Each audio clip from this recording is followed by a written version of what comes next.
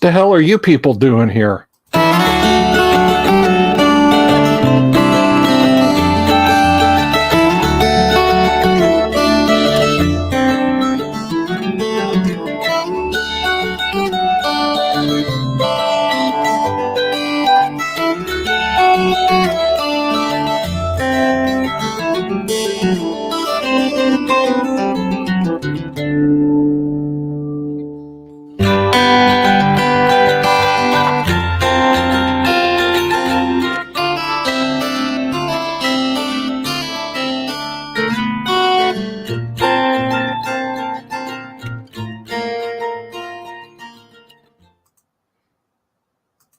What's up, everybody? How's it going? Good to see you on a late Friday night. I hope you're all doing exceptionally well. I am Bill Sylvie, aka the one and only the Dungeon Delver. It's good to see you, and it's good to be seen by you. And as to what I'm doing, I'm just hanging out, enjoying a little bit of chocolate milk. So if you've got some chocolate milk in your house that you'd like to drink, go ahead and pour yourself a glass and enjoy. That's good chocolate milk.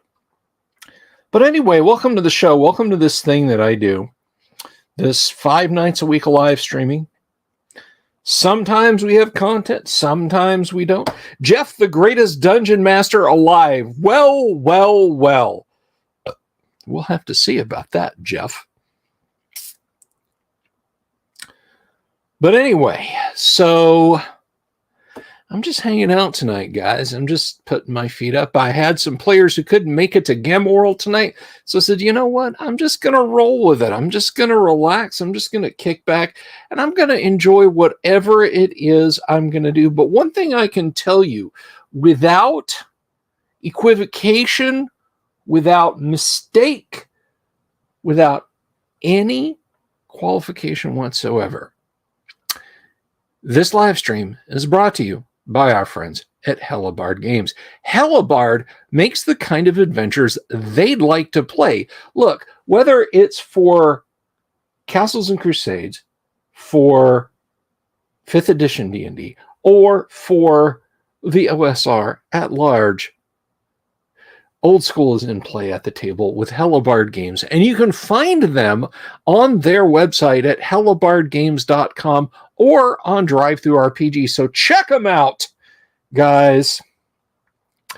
Robert tickles people for Zardoz. John Borman will be delighted to find that out. LHRPG, excellent, good. Sometimes it's nice to take a step back. Yes, indeed. I want to make sure I didn't miss any comments up here. Nope, didn't see any. But I'm glad Jeff, the greatest dungeon master alive, is here. But anyhow, I'm just kicking back tonight. I said, you know what? I'm not going to bust my brain open, which is not to say I'm not going to bring you guys good content. No, rather, I thought instead of forcing something, we'll just let it flow. We'll just let just let our hair down. Praxis asks, how's life down here in America's mullet? We just got out of the shower. It's wet. Matthew Sherman was commenting on this. But yeah, we've had a good deal of rain. But you know what? Rainy and cool is about the closest we get to fall weather in Florida. I'll take it. But anyway, hey, let me tell you something, folks. I haven't even looked at the numbers today. I haven't even turned a gimlet eye towards where we might be. It is still 5,072. It's all good. It is all good. So, just chilling out. But let me tell you what, if you've just subscribed to the channel, and you're you're a little hazy on what it is we do here. 5 nights a week, I come sit behind the camera and I talk to you guys and we live stream and we talk about classic tabletop RPG stuff. Okay.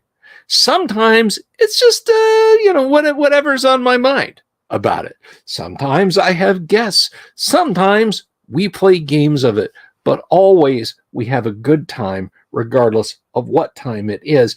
And if you've just stopped by, if the algorithm has swept you to my doorstep, and of the 21 people I see on the live stream right now, you are not currently subscribed, please do click the subscribe button, do click the bell icon for notifications, and leave a comment down below and tell me what you like about the video. And by gosh, I'll do more of it.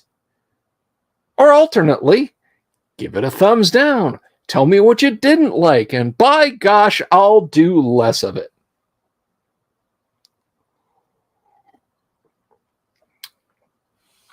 Mayhap for Christmas, Krampus will send me some more subs. Well, who knows, right?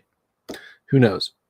I did get myself a little bit of an early gift, which I don't think you guys can tell at all, but it does have an impact on the show. And I will tell you how it does.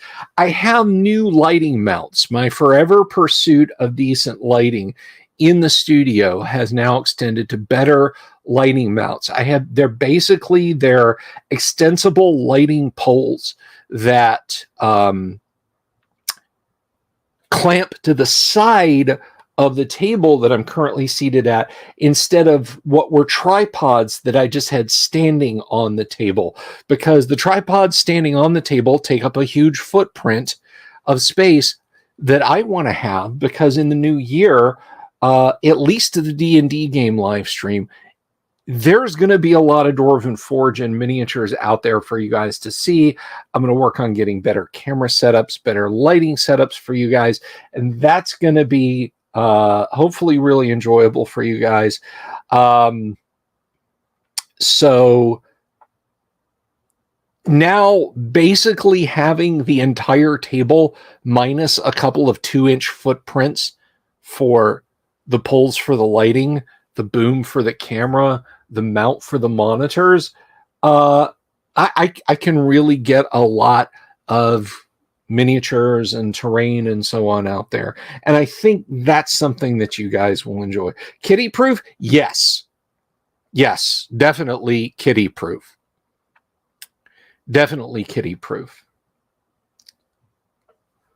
So, and you guys kind of paid for these booms. So thank you very much for that.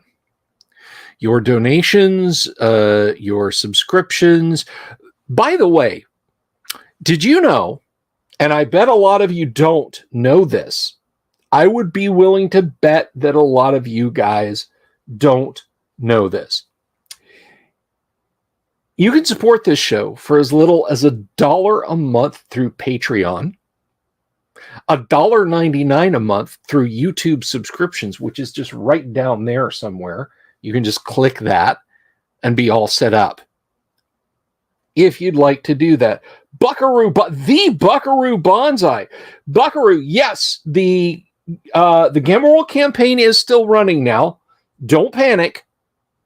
We just had a lot of players who were busy or out, or stuff just came up. See, because that's the one thing.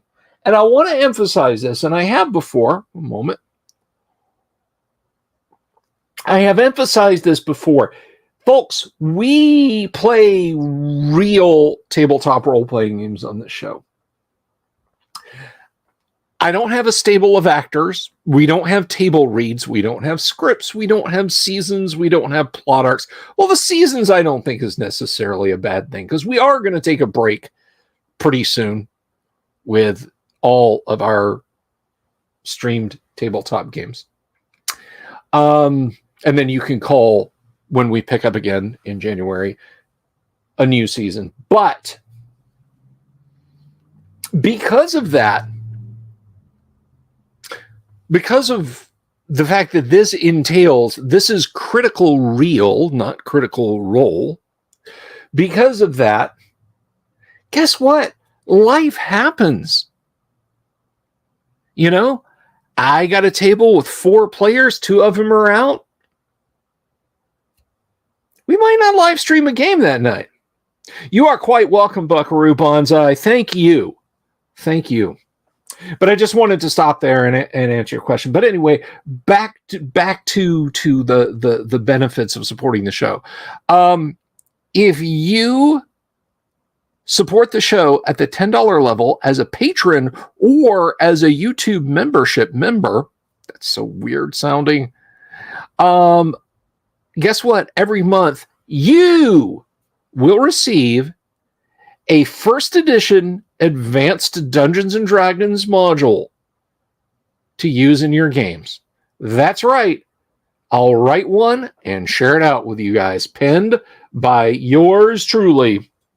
LHRPG Official, our live stream had to be put on hold due to tech issues, but we'll reschedule it for next Saturday. We'll be posting a link on the official Facebook page. Well, thank you for letting us know that, LHRPG, and thank you for the super chat.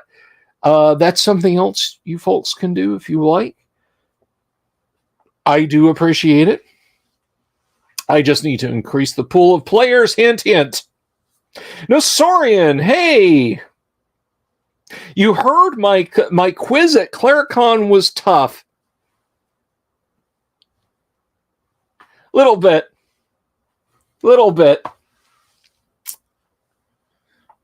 I mean, I thought they were pretty easy. I mean, it was pretty softball stuff, really. What is Igwilf's prize? Which of these sets of characters are all characters played by Gary?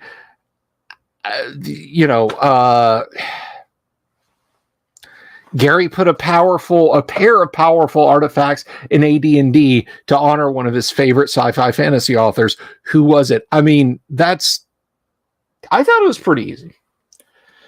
Buckaroo Bonsai, need to play Lords of Creation, the 3 adventures. Anyone want to run it? I need to run it next year and want to play it first. Well, hey, there you go. Throw that out there. Ask for help. But thank you again, LHRPG, for the super.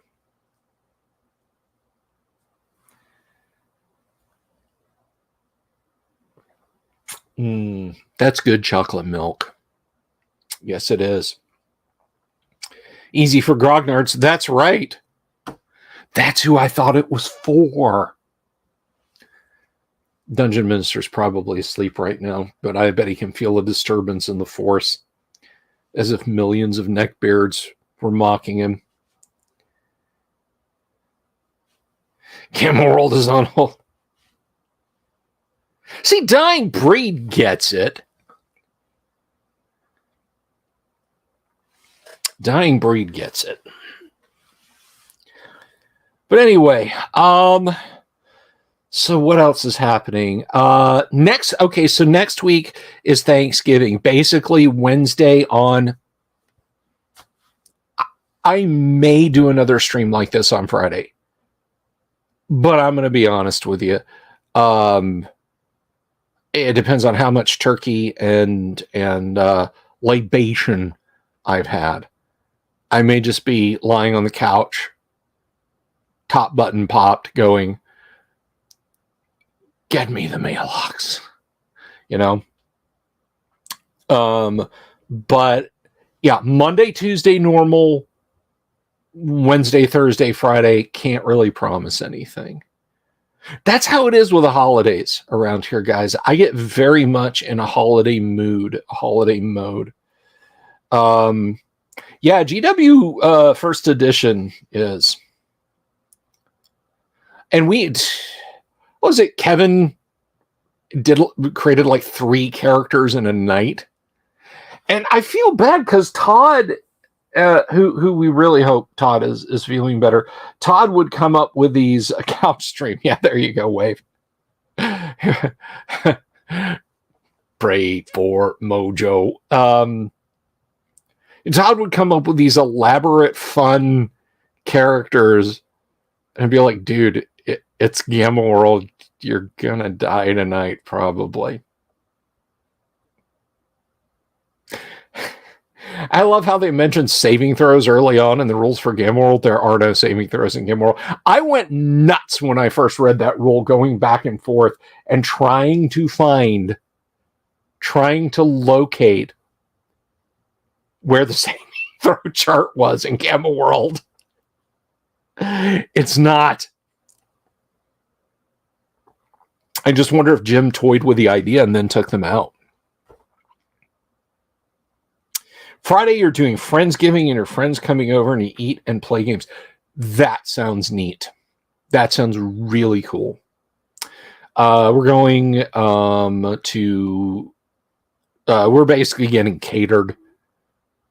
Now, that may sound fancy schmancy, but basically it means Wednesday afternoon, I'm going up to our local market and picking up a butterball turkey that just needs to be heated, and a couple of things of mashed potatoes and some cranberry relish and dinner rolls. And we'll make a few sides here. Some years I'm all about doing the turkey. I'm all about, let's make that bird. Let's do all that thing. Marcelo Sepulveda, greetings. But this ain't, no. This year, I'm going to the Publix and I'm picking up a like 8.5 pound bird and some of their delicious mashed potatoes and a couple jars of gravy. We're gonna make some green bean casserole. I'm gonna make a cheesecake, a pumpkin pie cheesecake, and some dinner rolls and other odds and sods, and that is it. But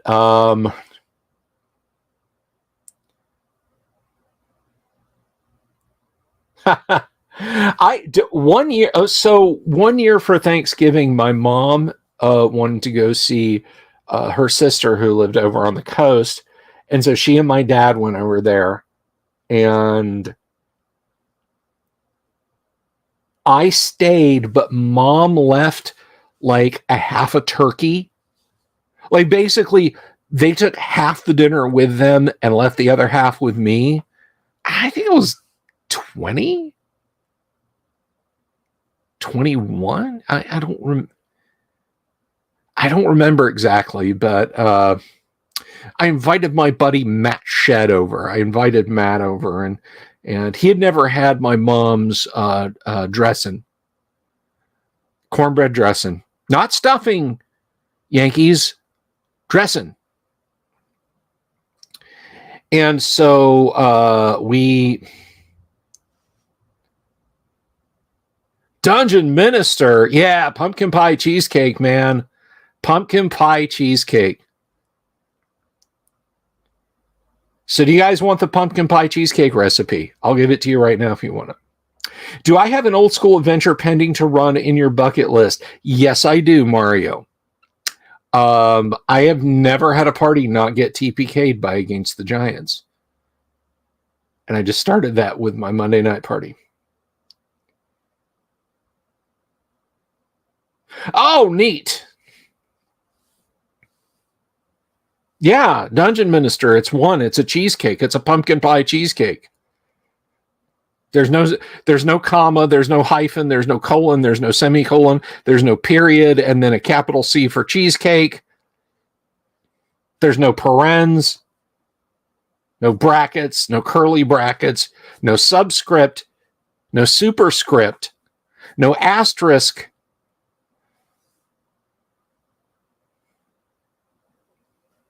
Damon Vaughn wants... I got too many Vaughns now. Hey, there he is, Tonka Todd. Good evening to you, my friend. I hope you're feeling well. Okay, get out your pen and your pad. Because here's what you need to do to make pumpkin pie cheesecake. I'm going to tell you guys this. I need my reading glasses. Where are they? Hang on. Hang on, guys.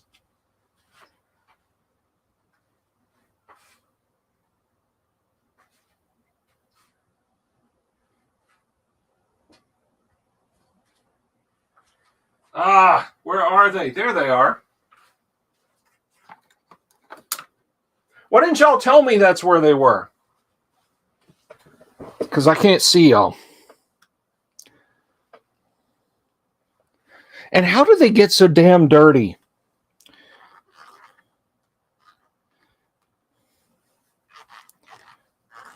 You can get excommunicated for that, Dungeon Minister. Anyway, so here's how you do it. Listen up. Write it down. Get ready. Get your pens and your papers. You need 3 bars of cream cheese.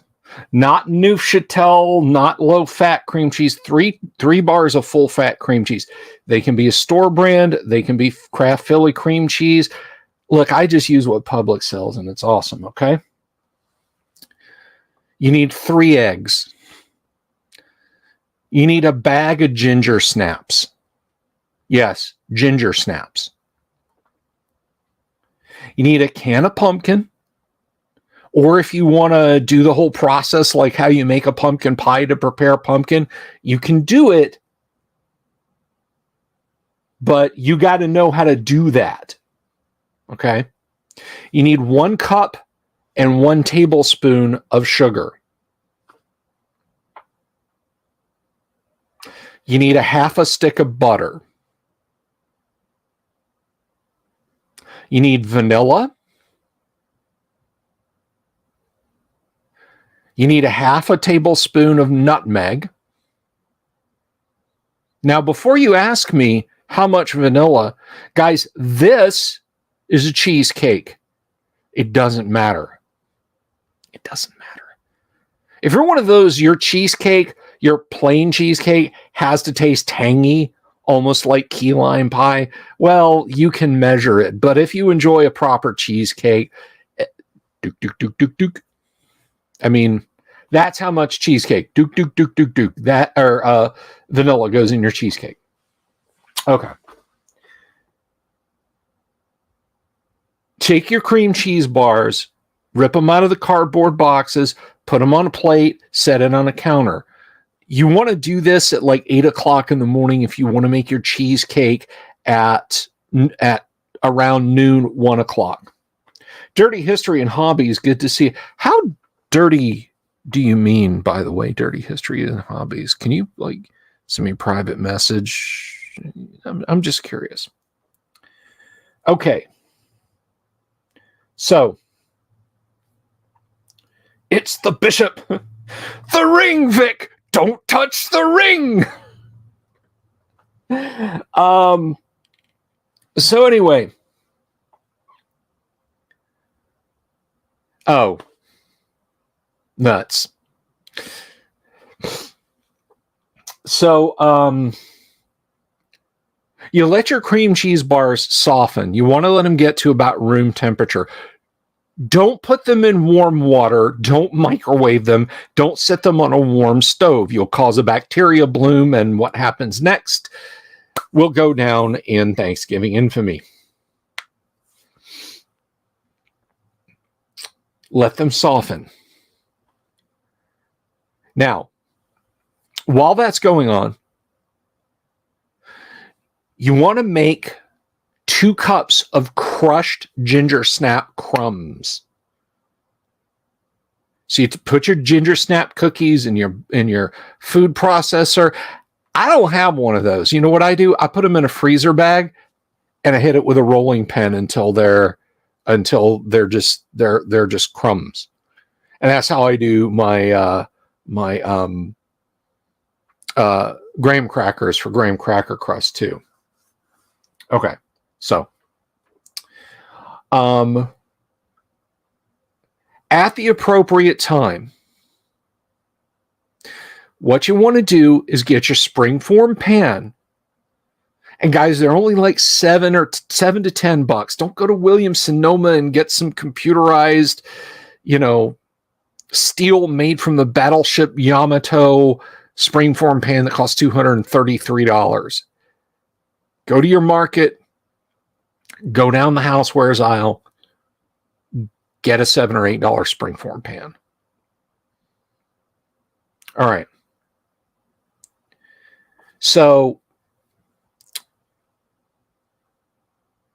you take that stick of butter, and like it's a big crayon, that half stick of butter rather, like it's a big crayon, rub it all over the inside of the springform pan, set it aside. Take your crumbled graham crackers, or I'm sorry, your crumbled ginger snaps, throw it in a mixing bowl, set it aside, take your stick of butter, melt it. You can melt it in the microwave. It doesn't matter if it melts fast.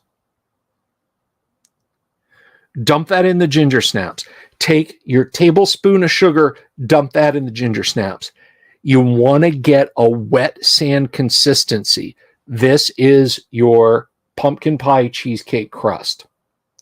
Take your springform pan, dump that in there. You want to mash it out in the bottom and pinch it up to the edges to give it a little bit of a skirt. Okay? Preheat your oven to 350 degrees. Put the springform pan with your crust in there for 10 minutes. No more. Otherwise, it will start to burn. And you don't want that.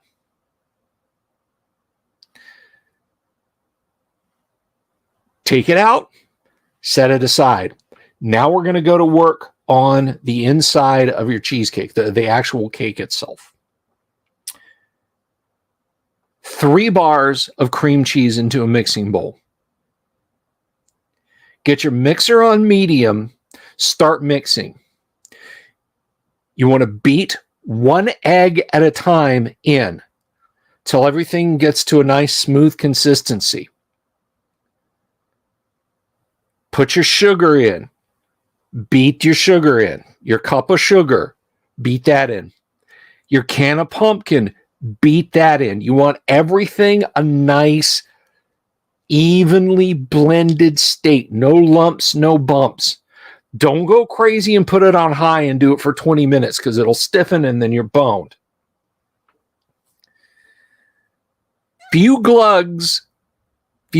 glugs of vanilla. Remember, guys, it's not an exact science for how much vanilla because it's a cheesecake. Mix that in there real good. Your tablespoon of nutmeg, that goes in there. Mix it real good. Pour this into your springform pan with your crust. Get you a nice rubber spatula, scrape out your mixing bowl, scrape off your beaters, leave a little bit for your family and friends to lick if you like them that much. Put this in your oven 50 minutes, 50 minutes, 50 minutes, 10 minutes less than an hour at 350. Take it out. Now, it will probably have puffed up like a souffle. It will deflate naturally as it cools.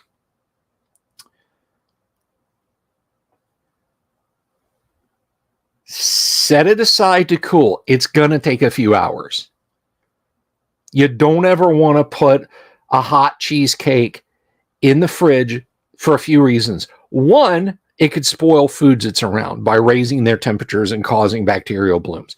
2, you don't want the top of it to sweat because you'll have discolored spots on it. Won't affect the flavor, but it'll look like your cheesecake has VD. And 3, if you cool it quickly, it'll crack. Now, to a lot of people, that just means, hey, more places to squirt whipped cream. And I get it, right? I get it. But once it gets nice and cool to a near room temperature, cover the springform pan in foil. Now, I know you're thinking, oh, what do I chill this for an hour? No, you chill it for a day. It's got to go in that fridge overnight. You got to let it set. Because even after it cools, you're not going to be eating it. If you take the springform pan off, it's just going to sludge out. It's just going to ooze out. And there's the D&D jokes you guys have been cracking. So,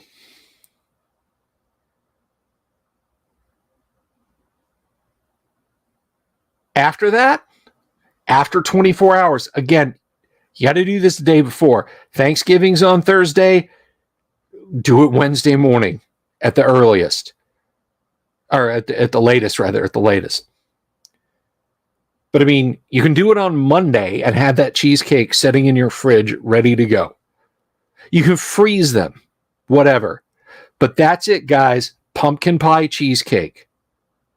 The ginger snap crust just gives it that extra holiday spice flavor. You're welcome. You are welcome, guys. Dirty History and Hobbies wants pumpkin cheesecake now. So I hope you guys will be willing to try that out. And I mean, you can come back and you can watch this section of video again and write it down, you know, each little element at a time. And you can try it out. Guys, once you get the basics of cheesecake down, there's nothing like that's fine. Now, I will tell you that you can, you know, if you want to make a smaller one, you can look up how to do that. I only ever make a 9-inch cheesecake. I have a 10-inch or I have a 6-inch cheesecake pan, but I've kind of had middle and success with it. I've only ever done a 9-inch cheesecake. So, oh, pro tip: when you want to cut a cheesecake, use unflavored dental floss. It will stick to a knife. It'll stick to a knife. Do they sell anything like this at the Cheesecake Factory? Let's find out. My God, we have the internet. Let's find out.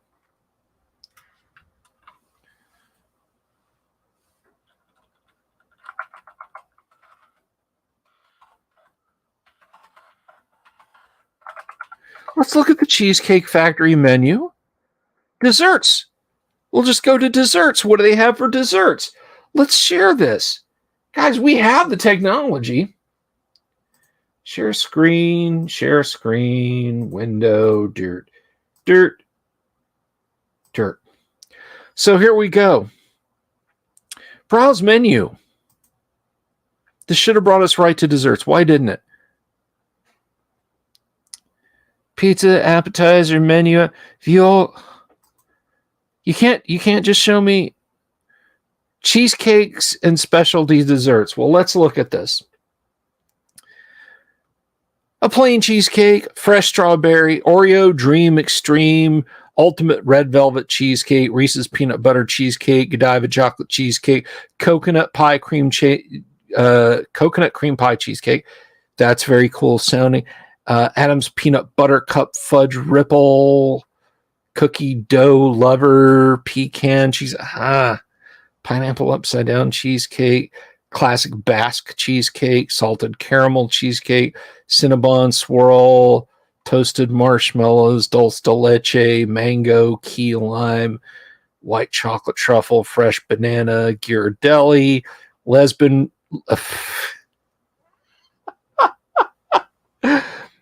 lemon raspberry cream cheesecake. Hey, whatever you want to do.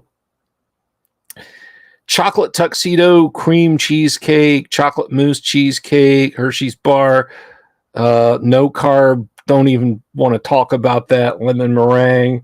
I don't know, Marcelo. Lots of people were talking tiramisu, key lime, pumpkin cheese. Okay, so they got a. But see, theirs is in graham cracker crust. They don't do my ginger snap crust. little bit ultra molten.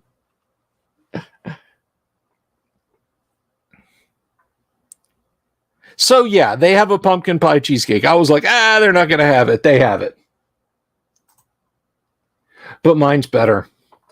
I bet you mine's better.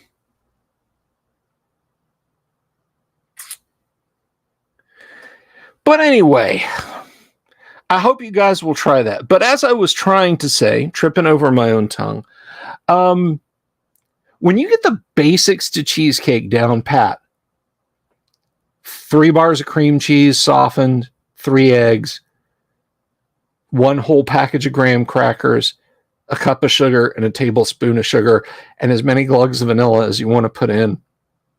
Once you have those basics down, there is nothing that you can't do with cheesecake. Let me tell you what, one that I have wanted to try for a long time. I've got like 26 people. I've tickled 30 viewers in the stream so far this evening. And I'm just sitting here talking about cheesecakes. Like the guy that people kind of, Ryan David was on Twitter. I'm sure Ryan George is on Twitter too. Ryan David was on Twitter, like daring people to not argue with me about DNA. He's like, Bill knows, he'll shut you down. And I'm like, yeah, I'm just a guy. And I'm sure a lot of those people who might have said, wow, this guy really sounds like the conduit, right?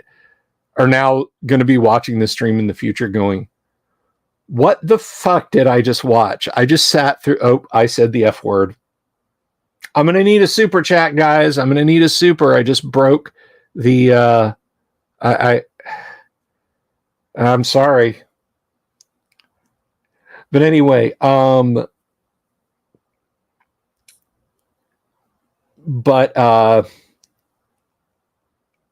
demonetized.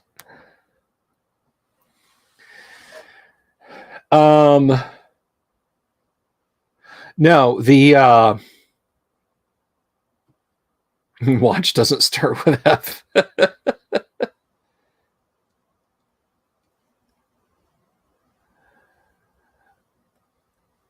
But no, what they're going to be watching this going, what even, this guy's talking about cheesecakes. But one I've really, I dropped an F-bomb and we jumped back up over 30 watchers. It's probably all YouTube employees, right?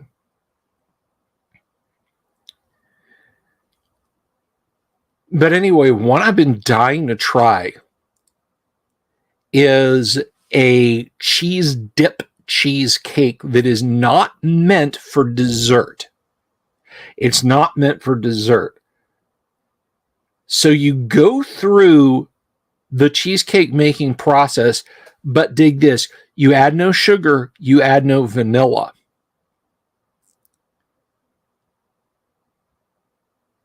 You just have a cream cheese base that you make, and you make the crust out of crushed up rye crisp. You can cover it with nuts like walnuts or pecans, and you use it as a spread to put on rye crisp or rye toast or chips.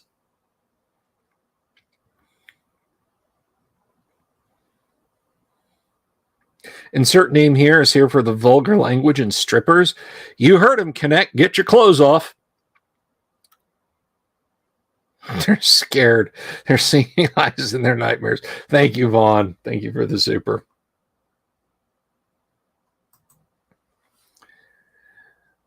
But yeah, I want to try that one day. Like for a football game or something. Lobster cheesecake. That sounds, wow. Yeah, savory. That's it. Savory. A savory cheesecake.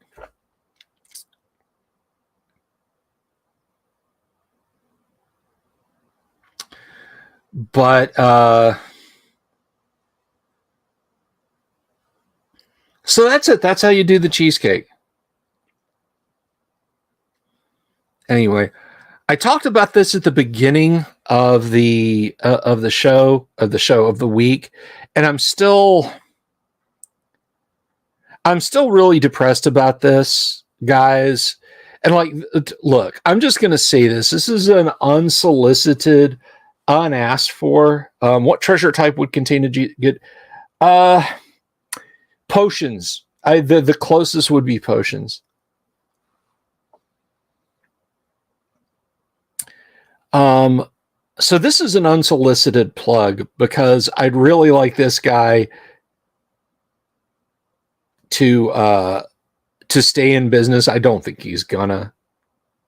He's talked about selling off his molds and everything. It is Otherworld Miniatures. I had that anyway. Otherworld Miniatures. I want to show you guys something.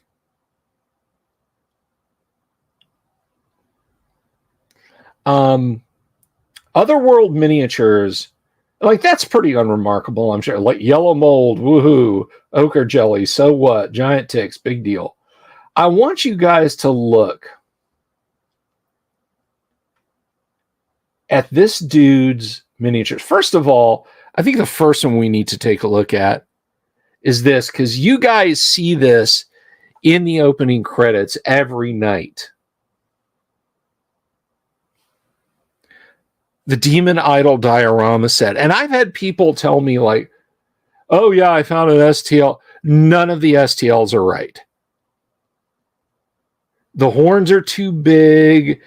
It's got angled facets because whoever was doing this was, just working in I don't know, some kind of weird mode in their 3D software. This is the only Dave Trampier accurate Demon Idol diorama piece, with the thieves, the braziers, the altar. Now, granted, the miniature Demon Idol and the dagger and the weird sort of chick-tracked devil-looking face on the front of the altar are a little bit his own touches, probably to stay out of trouble. But guys, get it now, because it's going to be gone very soon. He said he's not doing it into 2024. And that's just a crying shame.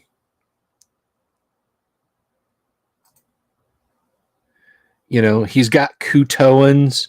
They're Dagonite Fishman warriors, but I mean, come on. Where are you? You know as well as I do, those are Kutoans. His beholder, I do a better beholder. My beholder's nicer than that. But then I didn't make my beholder either.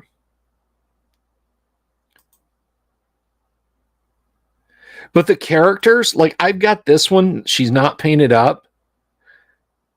Guys, look at that. Look at the practicality in that miniature. Pack, realistic, no dungeon spikes. I don't know, Todd, he just says it's too much stuff to do.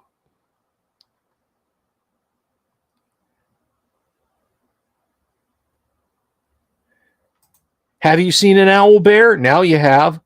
Look at that. Look at that owl bear. That is the B2 owl bear right there, guys.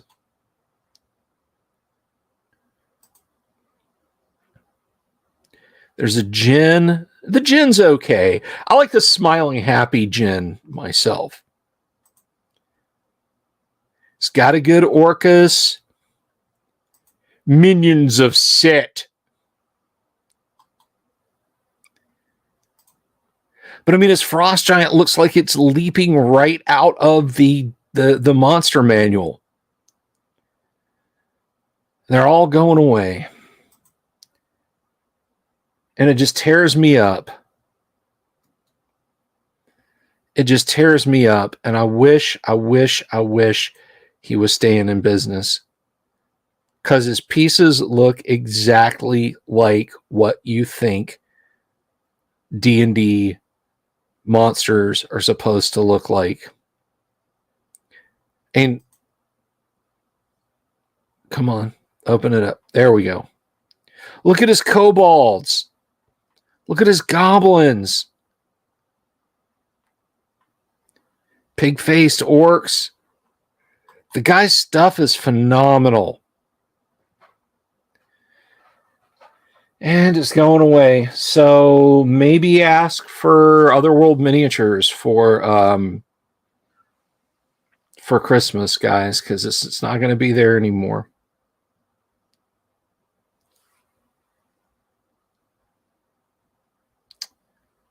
Dragon Dogs, Marcelo.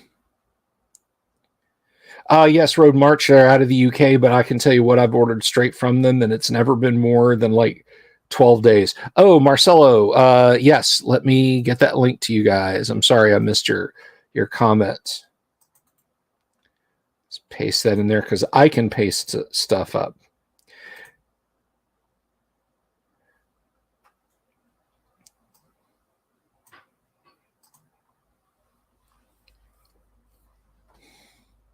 I mean, yeah, he's already talked about he's gonna go and put he's what was it he said on Facebook? He's already had some people look at the molds. Like I wish somebody would step in and just buy the whole company. I mean, they have the only proper AD&D trolls. I'm sorry, that's just how it is. You go to other miniatures like, oh, I want a troll, and it looks like a big, ugly elf, or, it looks like just a hill giant. Yeah, that's a troll.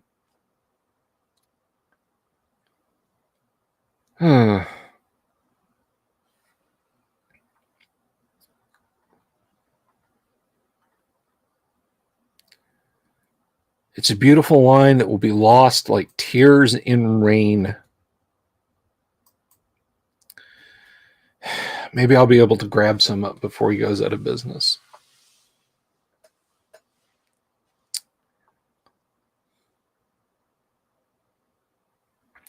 Grenadier's troll was pretty good. Actually, that may be one that Mirliton has, but you got to dig deep to find it. So Mirliton may make those. I actually contemplated,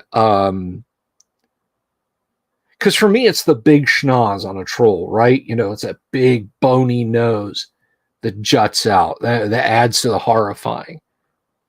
These pug nose, these short little fat nosed trolls, and I don't like that. I like the aesthetic of the skinny, rubbery, horrible, almost skeletal looking trolls. That is very good. Dungeon Minister, you got to quick high EV to Otherworld and get some of their trolls. I bought like a 4-pack of their trolls on sale once. I'm gonna, let me see, shop. I'll find it real quick here. So it's just such a shame. And I always thought like, oh, hey, I want to have this guy on, but let's see. Is it in Dungeon Monsters?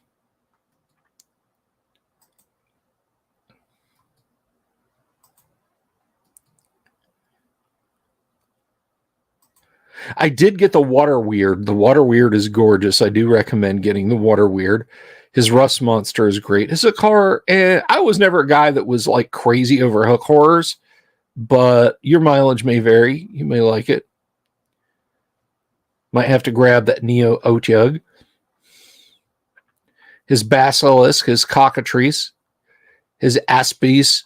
Although, if I'm being honest, I'll just grab, if I'm going to have miniatures out for Aspies, I'll just grab some Gene Stealers from Space Hulk.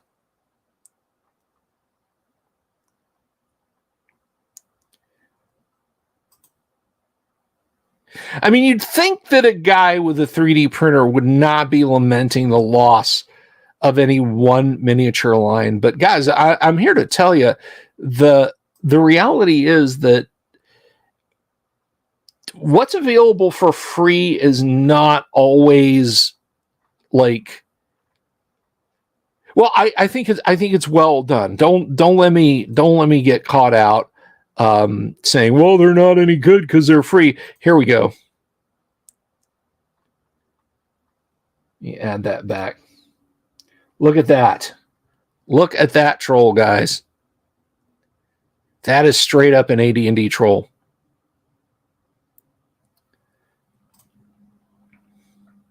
And there's the other one. I've got 2 of each of these poses.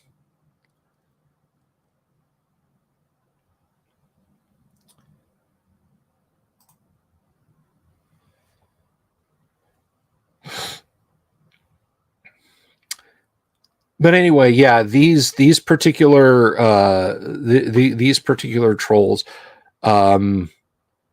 nobody does an open STL that is like a classic D&D troll. So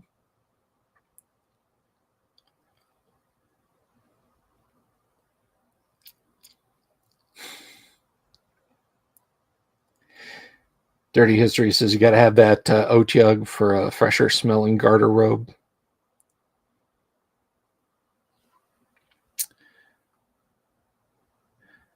But I mean, that, you know, I just wish one company was stepping in and saying, hey, it's me. I'm doing it.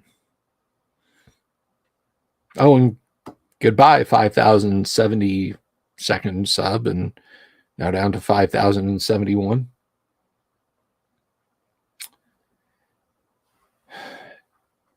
Can you not Google it, Vaughn?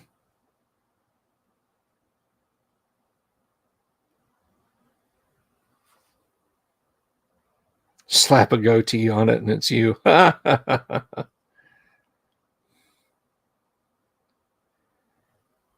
my gosh.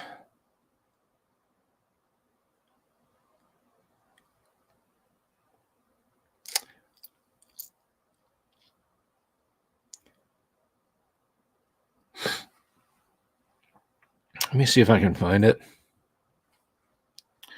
I will see if I can find it. Let's see. JGBP 706 A dot.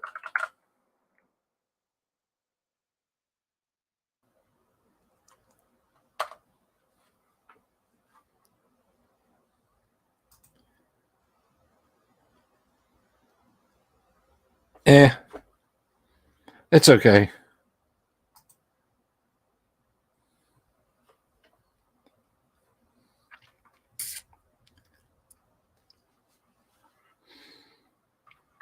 It's okay. But anyway, I'm going to close it because that's depressing. Whoever you are, if you just left because you don't like this show, I'm sorry.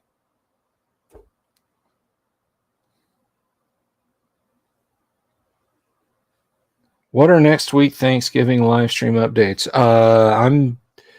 I'll pop in for a little bit Monday. I'll be here for AD&D on Tuesday, and after that, I might do a late night Friday, but that's it. I'm not gonna do a Wednesday and a Thursday and commit to doing a Friday. So that's that. But one thing I am going to commit to, well, I don't want to say commit to doing. One thing I am going to do is, and I mentioned this before because it's as good a time to talk about it as any, but in 2024, I don't know if we'll jump straight in to it in January. I hope to get to it by January, or as quick as January. It'll be late January if it does, and then that'll set the precedent for doing it at every end. One night a month. I want to do, and I haven't figured out the specifics of it, how I'm going to do this yet, but basically one night a month. And it'll be a set night. I'll be like, third Monday of every month, fourth Monday of every month, something like that. I'm going to do a game show. It'll be classic tabletop role-playing game trivia related. I don't know if it'll be like, again, I don't know what I'm going to have to see what tools are out there to enable it. And as to who the contestants can be, I mean, I would not hate to do like just basically a Price is Right kind of thing. where I'm able to just pick 4 people at random and come on down. The key is going to be how I can facilitate it through StreamYard and people we were talking about that. It's not that hard, Dungeon Minister.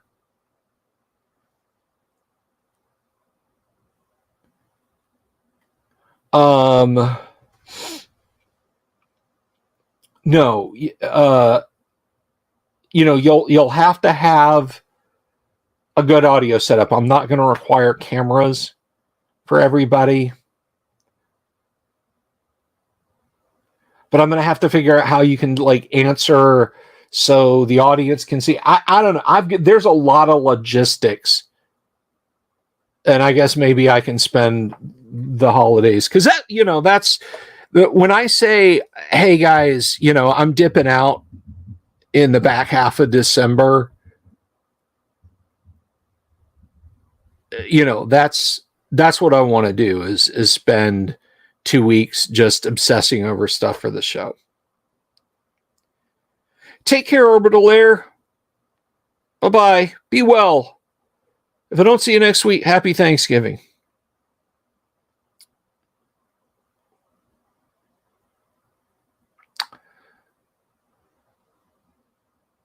Dungeon Minister had a room full of grognards and the highest score was 14 out of 30. Well, then I guess you didn't have a room full of grognards, did you, Father? Because if you'd had a room full of grognards, would have done more than 14 out of 30. I'm just teasing. So yeah, I got to figure out the logistics. And I mean, look, if I can't make it work in the allotted, it may not start in January. It may be something I kick off with, the 4th anniversary of the show. I'm sorry, I got a loose hair hanging on my glasses.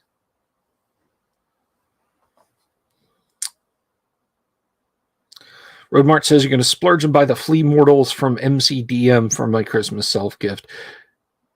I'm going to say something here. You bring up an interesting point, Road March, and I'm just going to swerve and get off the road right here real quick. A lot of times, guys, you got to buy yourself a Christmas present. I'm not saying because nobody else is.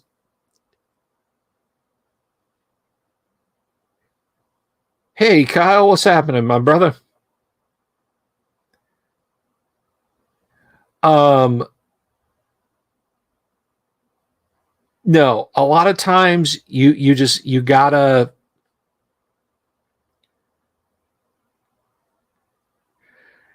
That's my co-host, by the way, if you guys didn't know. Oh.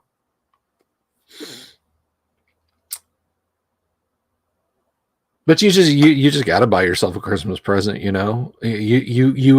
You have to engage in self-care. You have to engage in a little bit of self-care. Because otherwise, if you're not happy, you're going to make everybody else unhappy. And I don't mean everybody else, you split the C's candy box of mint candy canes and that's y'all's gifts and I got the new BMW. But just do take care of yourself. The holidays can be a tremendously stressful time if you let them be, and it's a shame that it happens. But just get yourself a nice book, get that deluxe DVD that you've been wanting a copy of.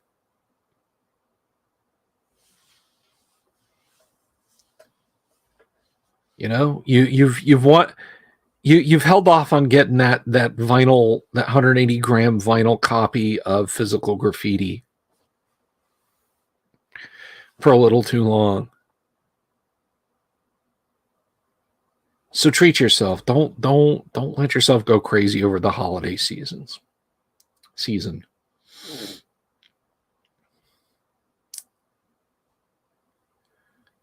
But anyway, moving right along. Almost Turkey Day. That's right, Cal.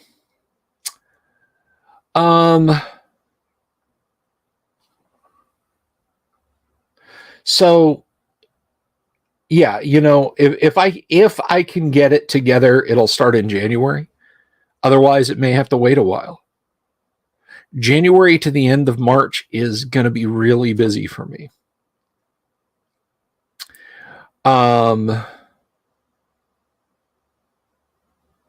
Just paid off 2 cars, so you agreed to have a late Christmas.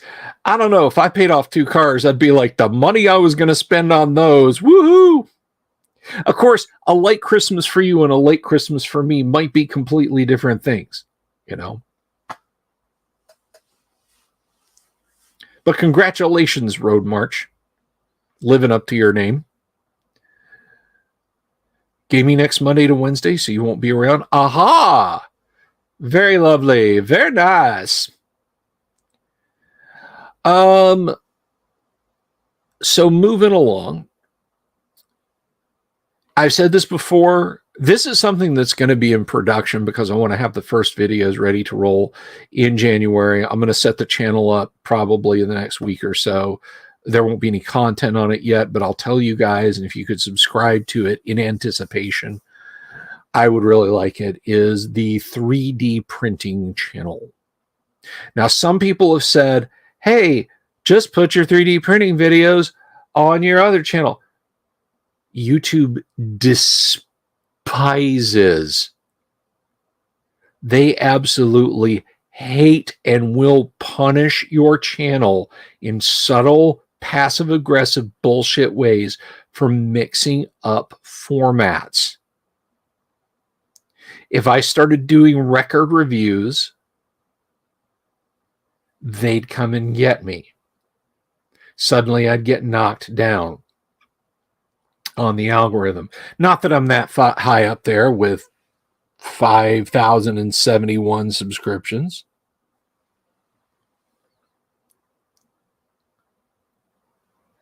But yeah, I'd get kicked down a little bit if I did that. So I got to have it on its own separate channel. It's going to be at most a couple videos a week.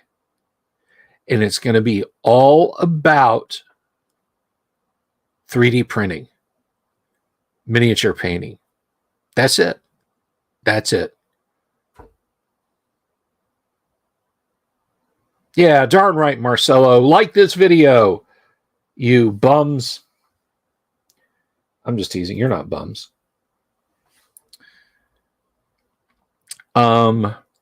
So yeah, look for that first week of January.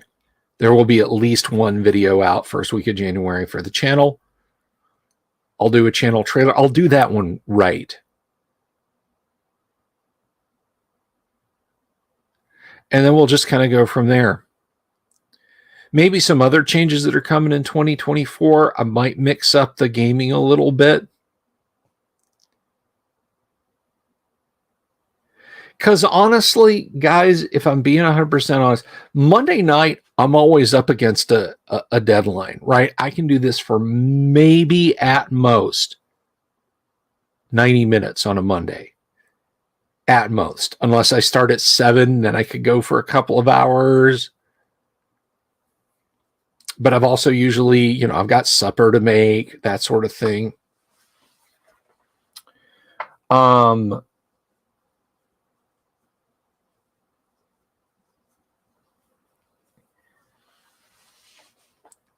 But, yeah, invisible glue, huh, Todd? Thank you, Michael. I appreciate that.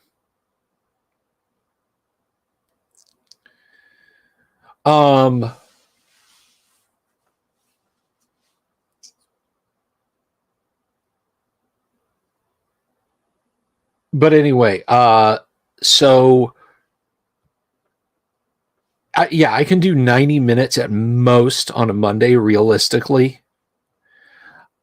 Tuesday is like I got a 30-minute chunk just before, and then we're playing AD&D for a couple hours. Kyle's got Wednesdays.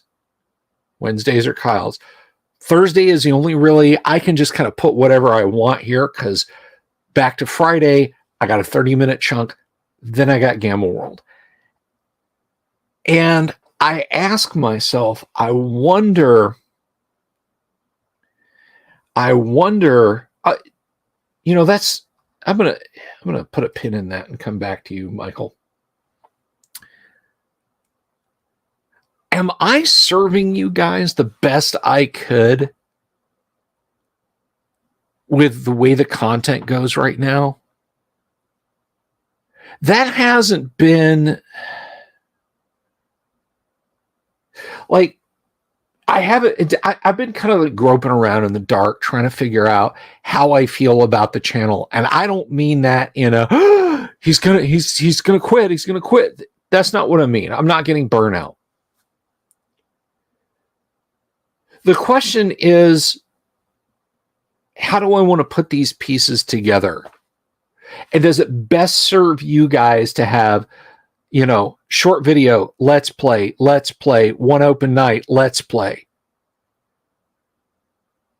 Am I really sticking to that ethos that I have of being the old school guy on YouTube? And I don't know if I am.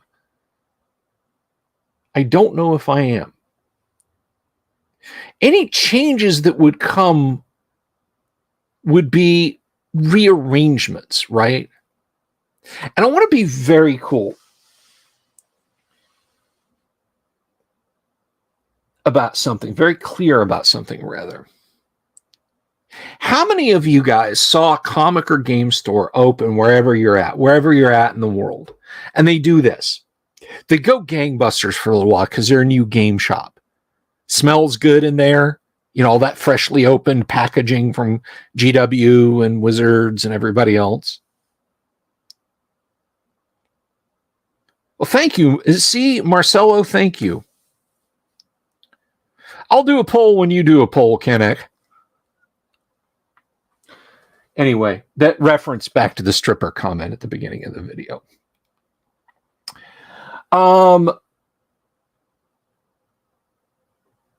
Milk the algorithm.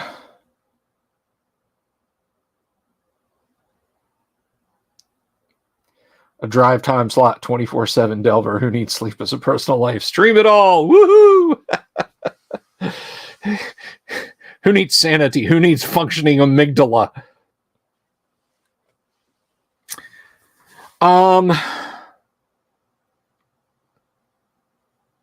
Anyway, so it's not a case of, oh, I'm gonna change it up. I'm gonna screw, to get back to my little gaming store analogy. You see these gaming stores, and you're like, oh, that's cool. And you check them out and you go in and the owner's bright-eyed and bushy-tailed and he's talking about all these plans, and you see game nights going on there and it's rocking. It's rocking. Trust me, Cheese Wagon, we have done in-depth discussions of AD&D. Trust me. That is always on the menu, my friend. Never fear.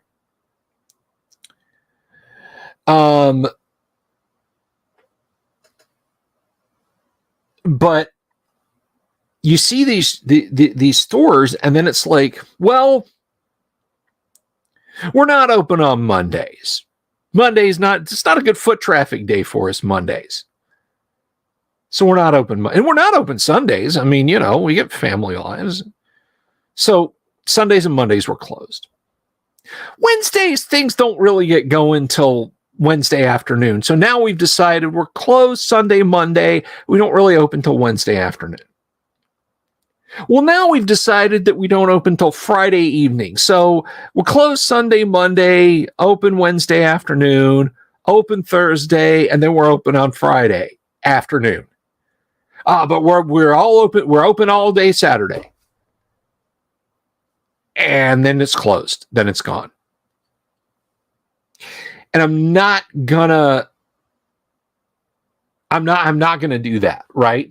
I'm not telling you, I'm not announcing like, yeah, I'm not gonna stream on Mondays anymore, guys. I've decided not, but it'll be fine. It'll be better content because it'll be fewer shows and won't be spread as thin. And then it's, I've decided not to stream on Fridays. I'm gonna move the Gamma World game to third, and then I'm streaming one night and then I'm just gone. I'm not doing that. That's not what I'm edging towards.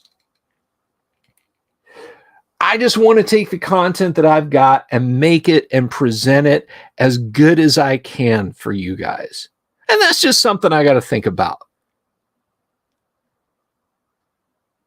And Kyle says that's why 2 years in, the training channels, gaming channels, or whatever turned to nonsense for clicks. Hey, I've been going strong for 3 years. I haven't turned to nonsense for clicks. Hey, Wizards of the Coast handed me a bunch of nonsense that I turned into clicks.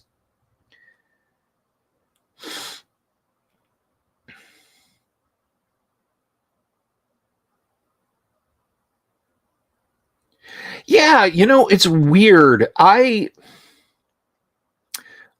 Gamer Edition. Does anybody really want me to do that? I don't think they do. But anyway, I want to answer Michael's specific question. Bigger print beds. This is something I'm going to cover on the video, but one thing I want to mention. The best 3D printer, resin 3D printer, would be if they could figure out how to do it in a 4:3 resolution. Because when you see, 16.1 inch building area and it's only $999.99, you're like, hot damn, that is going to be fantastic. And then you find out it's just wider. It's not any deeper than a Mars 2 Pro. It's just like 10 inches wider. I don't need wider build volume. I need wider and deeper build volume.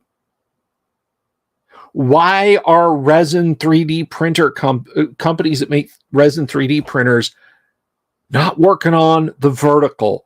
The horizontal resolution increase and build size is great. I saw one the other night, and I mentioned this over on the Discord. I got you, Kyle. And let me tell you, if you guys are new to this, Kyle is an important part of this show. He doesn't think so.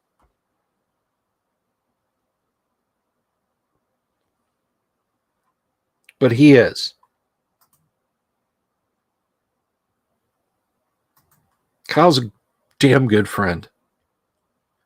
And I think a lot of him. But anyway, Alina cameos. Yeah, I'll just have Tracy do up some art of Bargle standing over her dead body. Anyway, but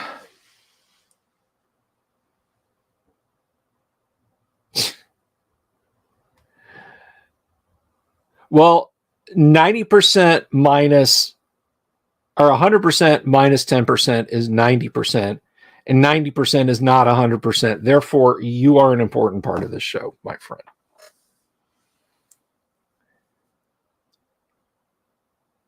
Road March, don't watch anyone play. You like game recaps and open talk about D&D. That's often awesome.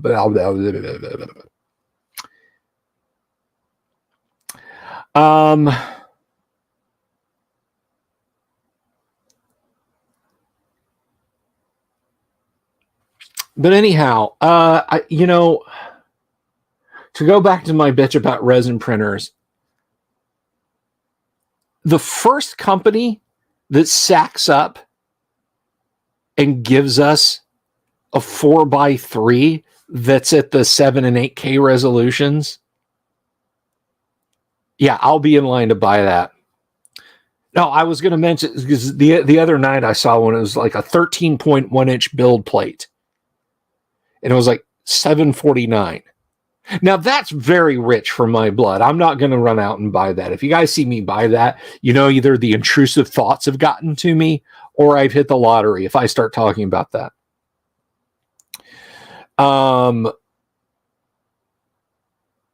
But again, it's like 136 millimeters deep. It's barely in, or maybe 165. It's barely any deeper than the FlashForge Photo 8.9 I've got that I paid a little over $142 for. So we need resin 3D printers that do 4:3 resolutions. And you can get a 1080p in 4:3, just 1080p on both axes, which is 2K. Well, 1080p is 2K. Or is it 1280 is 2K? I don't know. That's just how I feel about it. But I'm going to talk about that on the 3D printing channel. So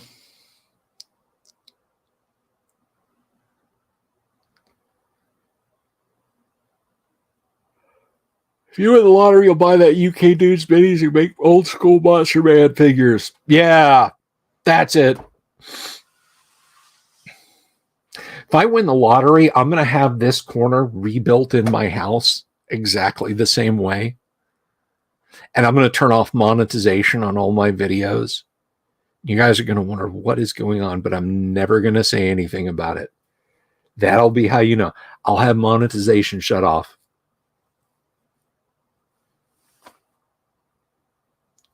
I'll get like better lighting and stuff like that, but it'll all, like I'll say, give me like a professional studio quality mic, but build it into this shell. I want actual neon there, but I want it to look like this LED strip.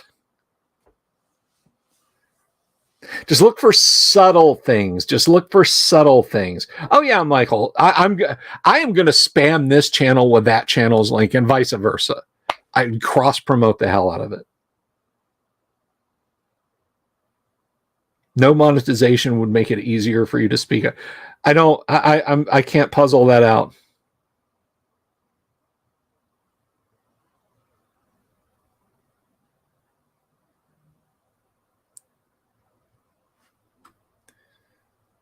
Oh, it's a shame, Dungeon Minister.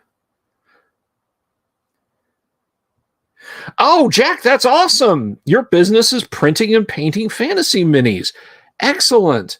I got a built-in audience right here. Y'all get me up to 1,000 subs in no decades at all.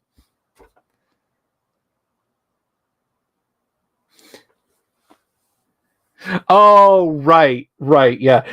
Well, I mean, no monetization would also make it easier for me to speak on the show, but it would make it a lot less fun when, I need groceries and gas money. We all do, Michael Dale. Let me see. How many supers have I got? About $10 is the most I would have made on monetization here in a decent amount of time. So yeah, we pretty much can't say fuck or anything like that. It really is, Dungeon Minister. Now, you're absolutely right with that assessment, Dungeon Minister. That makes me happy, by the way, Jack. That's awesome. No, Vaughn, it's not that stringent.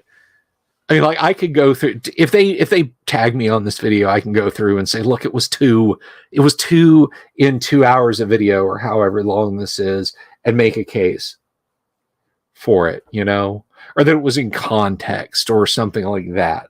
This I probably couldn't. But I mean, sometimes.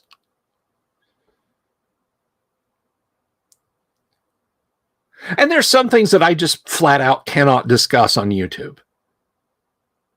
I don't mean I can't discuss or I won't be monetized. I mean, I can't discuss or I won't have a YouTube channel. They don't involve discriminatory things. They evolve to topics that YouTube doesn't want you to discuss. Yeah, I can fix it in post. I can come back and fix it in post and say, hey, I bleeped it out.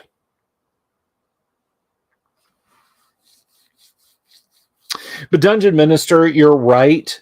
My videos when Wizards of the Coast started to accidentally the internet this past winter. Oh, and there is no consistency. I'm going to touch on that in just a second, Hypercam. I'm going to pin that up. But those videos that got, like, I think I got one that just got like bonkers views. It was the Wizards of the Coast employees are in revolt, and that video got insane number of views for me. That video made a couple $100 over time. Like from the time it was released to when it really just kind of lost momentum. It's Jover.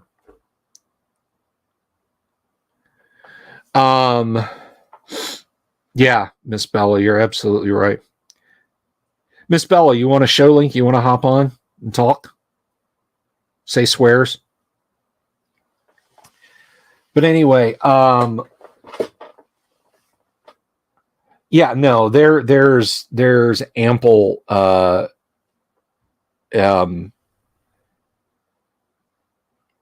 money that I made on those videos, but the rest of them, yeah, a couple of supers. And that's really what I was aiming at to do.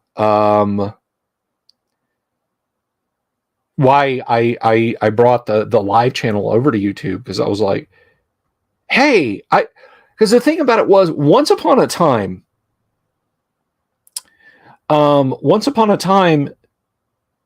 you could turn on like supers and monetization. There was the great demonetization.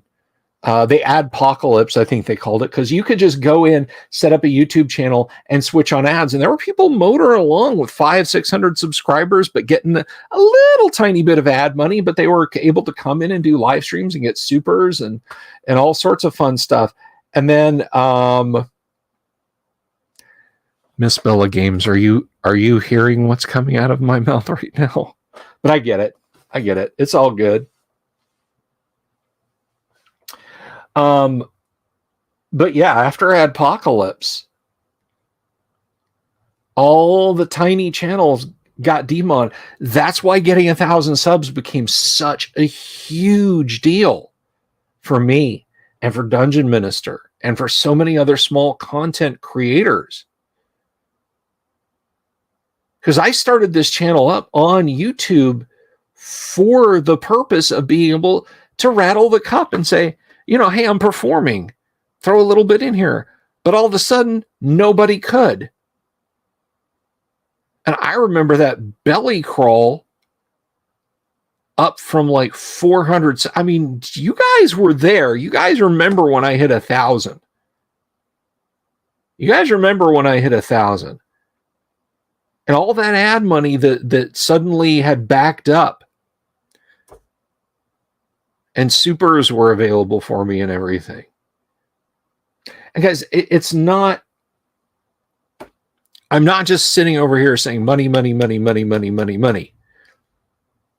But when it gets offered to you, and then like for Adpocalypse, arbitrarily taken away. And now they're doing a thing where they're like, okay, if you got 500, you can have monetization, but here's what you have to do to qualify.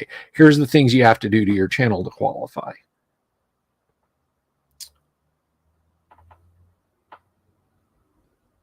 And I remember a specific time, like when I went from 475 to 476 in 1 week, like on the show, I saw my subs like pop up in my metrics. I was like, hell yeah.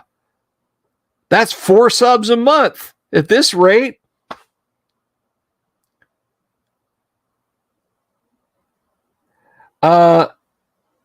If you do the weird jump through hoop stuff, Vaughn, you can get money at 500. If you just want to switch on monetization and say, look, I want to get supers and I want to run ads on my videos, I'm not doing the jumping through hoops. That kicks on at 1,000.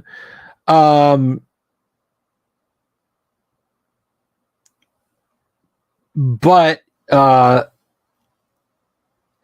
they can help videos get seen by people. Really, it was hopping on a hot trend with a major corporation screw up that got me where I am today.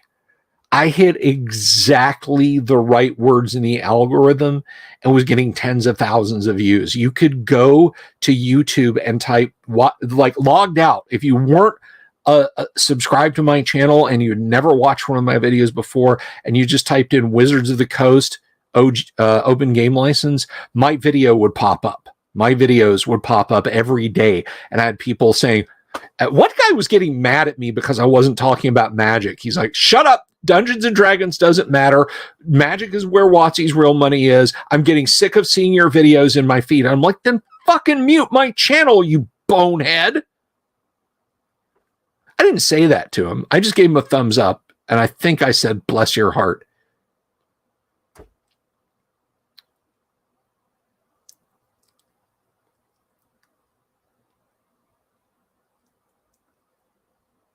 Well, thank you, Miss Bella Games. See, there you go. Yeah, the welcome to the show, Keep on the Borderlands video that I did sitting over in that corner with like a lamp. I had a lamp and one of these one of the webcams pointing at me in the corner. And I through the whole thing. I shared a joke with a friend of mine, and she's into sports statistics. She is super concentrated on sports statistics. Fellow football fans, Todd, I'm looking at you. I'm looking at you. I'm gripping you by the sides of your big, bald, Arkansas-loving head.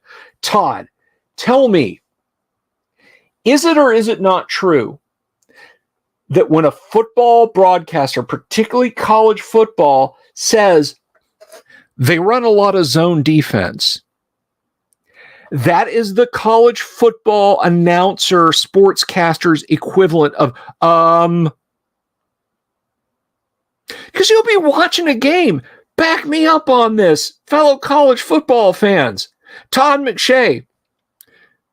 Here we go. Milrose back in the pocket. Kentucky runs a lot of zone defense. It's meaningless. What the hell does that? They run a lot of zone. It's just them going, before they hop to the next statement. It's an empty, meaningless statement. They don't mean anything by it. I'm going to wait for your response on that because you're probably cracking up right now and you know I'm right. And I have had a lot of, I know everybody says it's garbage. I've gotten so much engagement from Twitter because I've curated my Twitter feed. I have curated the hell out of my Twitter feed. I go in there, I engage with other creators, and I talk about Dungeons and Dragons. If I see a message pop up that says, look what this person said on TikTok about this thing from this guy in the Middle East, I don't view it. And I mute the conversation, even if it's from somebody I like. Because you click it. I'm not going to comment on it. I just want to see what all the hubbub's about. Twitter's like, cool, you want to see more of this content? And you turn around and your Twitter feed's full of it. And then you got to go through, not interested in this post, not interested in this post, not interested in this post, not interested in this post, not interested in the post, not interested in this post, not interested in this post, not interested in this post. Mute this conversation, mute this conversation, mute this conversation, mute this conversation, blah, blah, blah, blah, blah, blah, blah.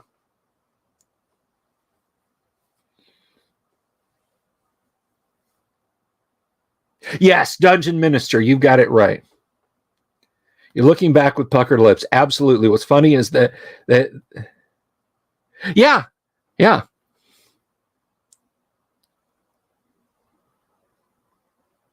But it's always some variant on zone defense. They run a lot of zone defense here at Kentucky. And it's just Florida's been running a zone defense this year. And Florida could have been running nothing of the same. Florida could have been set up as like the goal line crush every play. And they're not.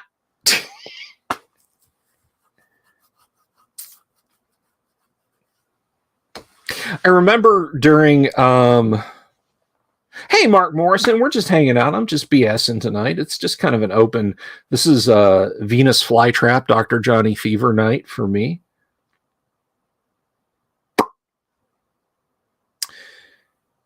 Yeah, I run full shields up, Kyle, and I know what you're talking about.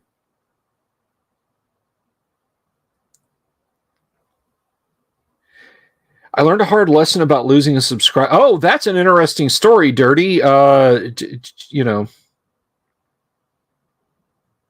Yeah, that is a perfect one. That is a perfect one. They do a lot of zone reads. So it's not a zone read, guys. It is vertical air raid. But they say, you know, they do a lot of zone reads. Or they run a zone defense. They're just going, Anyway, Unregistered Hypercam made this statement like a half an hour ago, and he's probably going, is he going to say something? There is no consistency at YouTube. There is no consistency whatsoever at YouTube as far as what they do. If I did, and I think we're deep enough into the video that we're going to miss any bots skimming my stuff, any of YouTube's bots. If I did what SS Sniper Wolf did, I would no longer have a YouTube channel. It would be shut off. I would lose all access to it. It would be gone. Well, I'm gonna take it off. Laugh at that.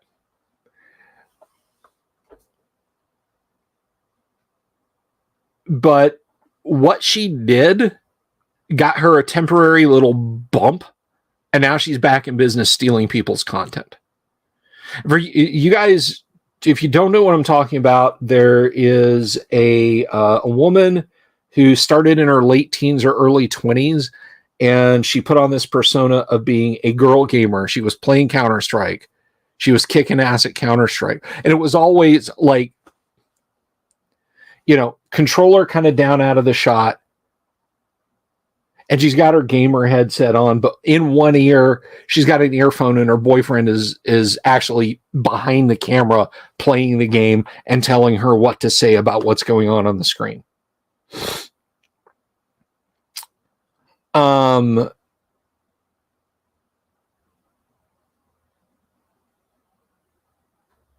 Yes, well, no, I don't agree with your last statement, Road March.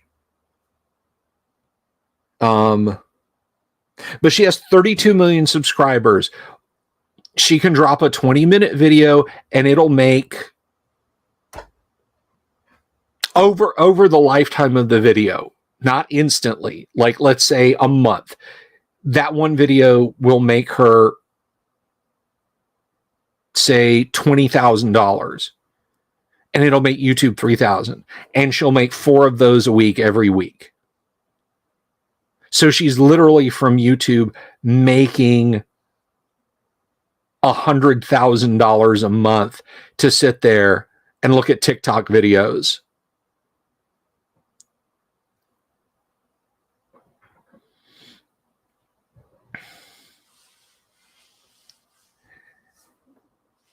Because, you know, she doesn't do the gaming stuff anymore. But the point behind this is, if I did what she did, if I ran my channel the way she ran her channel, and I sicked you guys on people who criticized me for doing it, if I just said, hey,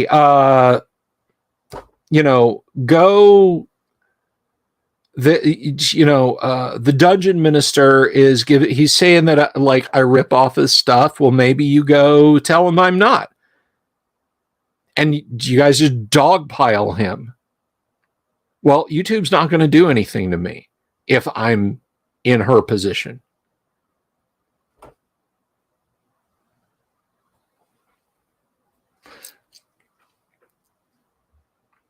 But, and this is important, she basically, when you start approaching 1 million subs, somebody at YouTube starts managing your account. And when you cross, would that boost your videos? Hey guys, listen, Dungeon Minister is like a pain in my ass. Go raid his channel. Go sub just to watch what he's doing and then come back and tell me, please. Because F that guy. I'm glad you know what I'm talking about, Miss Bella Games. I'm sure a lot of you guys are just like, what the fuck what is he talking about? But Hypercam hit on something here. And this happened a few years ago when the source code of Twitch was leaked. Like all the guts, the program guts that make Twitch's website tick got leaked. Big deal. It's HTTPS MKV spewing out on the internet with some fancy text interfaces. It's kind of a pain in the ass that somebody else has that as a foundation to do their own thing with. But what difference does it make? Well, what difference it made was when people dug into the source code, they found out that there are certain Twitch streamers that if you click the report button on, it didn't actually generate a report against their content. It went to friends of theirs that work at Twitch. They literally altered their code, their guts underneath the video presentation system, that if I had a friend at YouTube and you click the report this video button for bad content, they would get a ping and they'd call me up and say, hey, somebody's complaining about you. But it would never get escalated. It would never get escalated.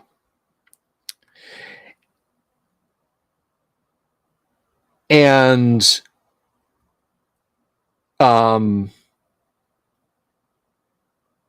there's that same people power at YouTube. She, SS Sniper Wolf, has a team that manages her because she has 32 million subscribers. YouTube made her the video producer of the year and marched her out at VidCon and said, this is the person, this is like the face of YouTube. This is what we like. This is what we enjoy.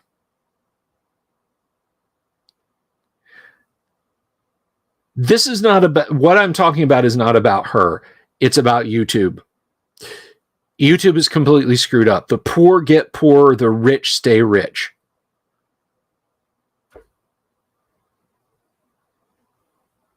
I got that reference, Miss Bella Games. Pabu.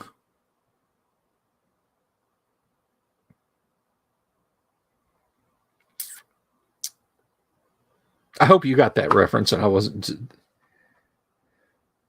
Well, Kyle was saying something. What was it? Imagine if YouTube edited its content as diligently as a legacy newspaper or television channel, even quite a sloppy one. Its great river of videos would slow to a trickle. Yep, absolutely. Anyway, you had asked, yeah, the poor get demonetized at the drop of a hat. Absolutely, Mercurius. What was it? There was something involved. What does rating do for someone? So a good YouTuber, a guy named Charlie, Penguin Zero.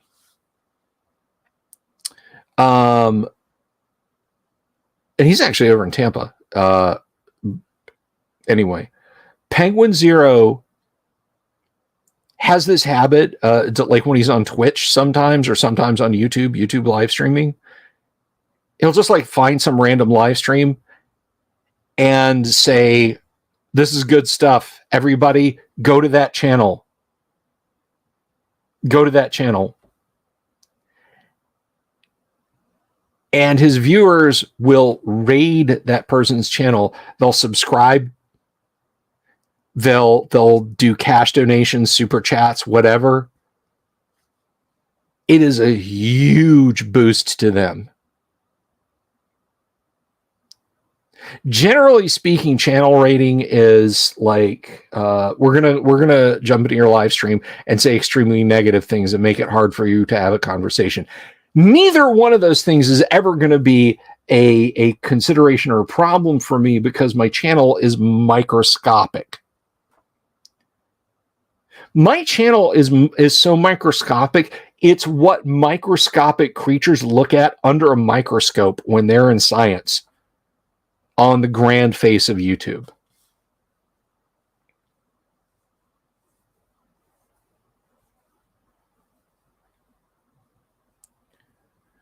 So, yeah, it's a shame, Mark. It really is a shame. I mean, if I'd gotten on this back in 2007, I could potentially be huge, but the smeller scale of that. What is the smeller scale? What is the smeller scale, Dungeon Minister?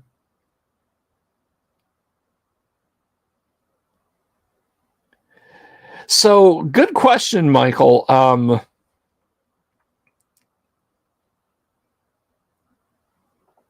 I started out in... No, I like smeller better, Dungeon Minister, the smeller scale. Hey, Mercurius, thank you so much. Thank you. Question for you, Mercurius. It's whatever level of support is blessed, and thank you so much. Well,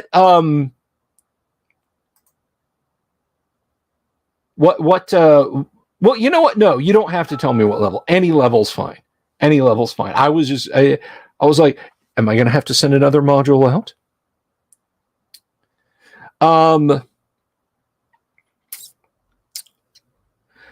So I started the channel in 2020. I say the channel. I started streaming on Facebook Live in 2020. And that was jank. Facebook live streaming was so jank. It was limited to 720p, 30 FPS, mono. It was like they shouldn't have even set it up.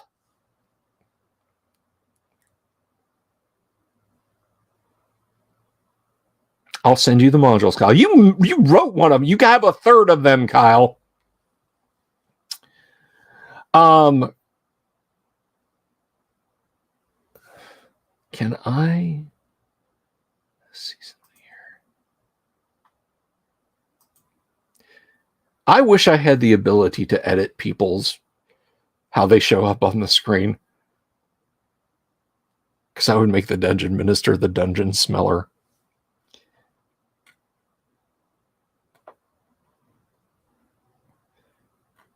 I mean, I did a Halloween kind of horror one, but not necessarily. Like, I'm not gonna. That's weird, Kyle. That is very weird, dude. How about all post a YouTube channel? Yeah, absolutely. Well, wait. Here, name them, but don't post the links because the links won't show up. Thank you, Mark.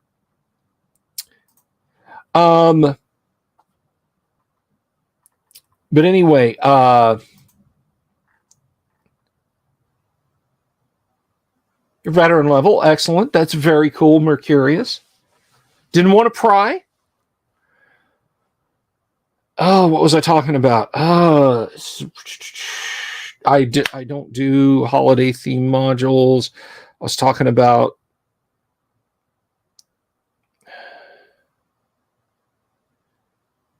raids are nice, but the subs you get from them rarely convert to views. Also true. Oh, Michael Dale was asking me about content.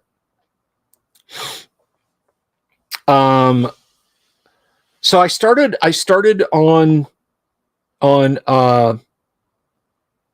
Facebook, just streaming on Facebook, just to talk to friends, just to do a little live stream thing. And it was fun to see the comments show up. And then I started inviting TSR vets to do little streams with me, and that was a giant pain in the ass, but I made it work.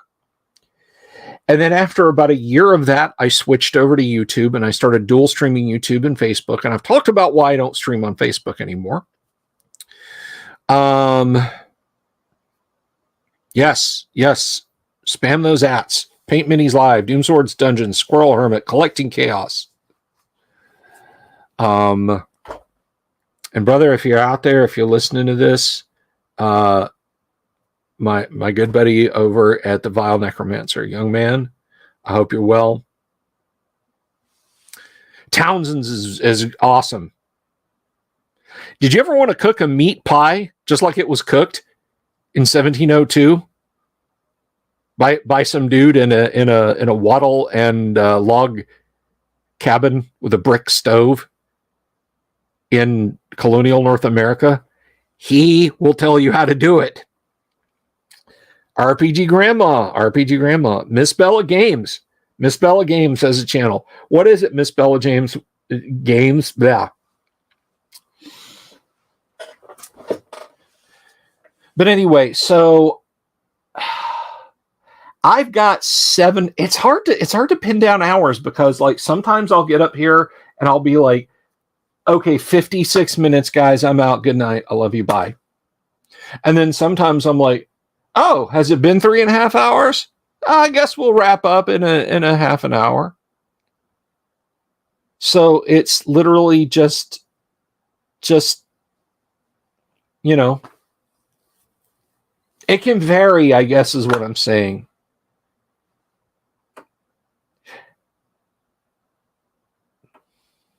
Kentucky Rex and Retro DM Ray. Excellent. Good stuff.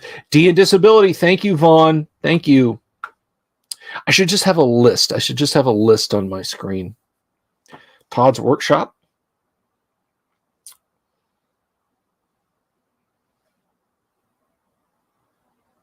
Hey, Kabuki. Welcome.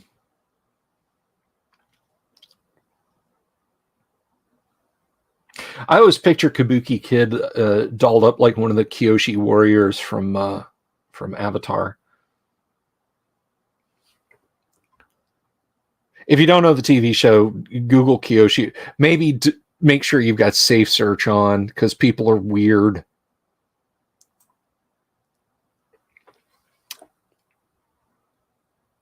People are weird. They're weird. Dude. He's got a YouTube channel. It's all about Dungeons and Dragons. Get away from me with that. That's nerd stuff. Good night, Tonka Todd. I'm going to watch some college football tomorrow in the midday. What does Mrs. Dungeon do? Oh, you know, her stuff. I'll drag her in here one of these nights. I know you guys are fans. RPG Grandma, we were just talking about you not a few minutes ago. Welcome to the show. I can't believe Venture Brothers is gone, and there's like no sign of it ever returning. Talk about losing something fantastic.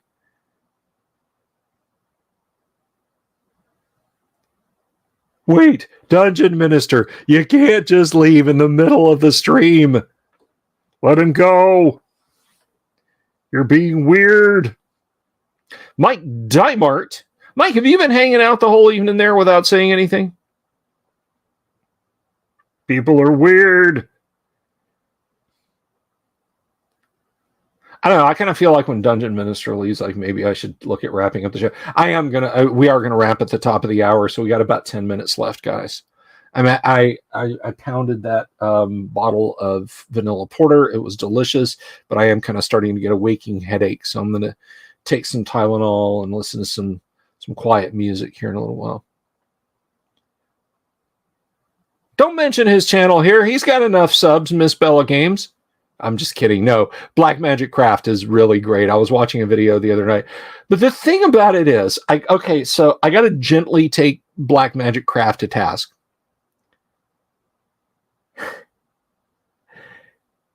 he is a living example of cheap does not equal easy. Like I was watching, he was like, hey, I got these cheap craft dollar store wooden bird houses, and you can make them into your own medieval village. And hot damn, I love the idea of medieval village stuff. Whew. All I can say is that makes me very glad I have a 3D printer, because holy cats. Yeah, it was cheap. Yeah, he cut up cereal boxes to make the tile roofs, and he made the paints, the shellacs out of like mineral spirits and a little bit of oil paint and this, that, and the other.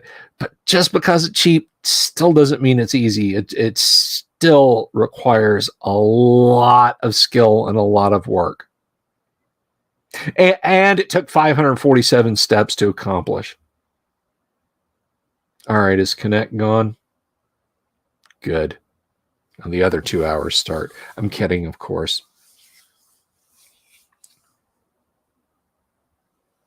Thursday live stream AD&D Q&A 3 weeks ago had an extensive list of TTRPG channels on YouTube. Vaughn, I can't remember 3 days ago. Dude, I'm sorry. What can I tell you?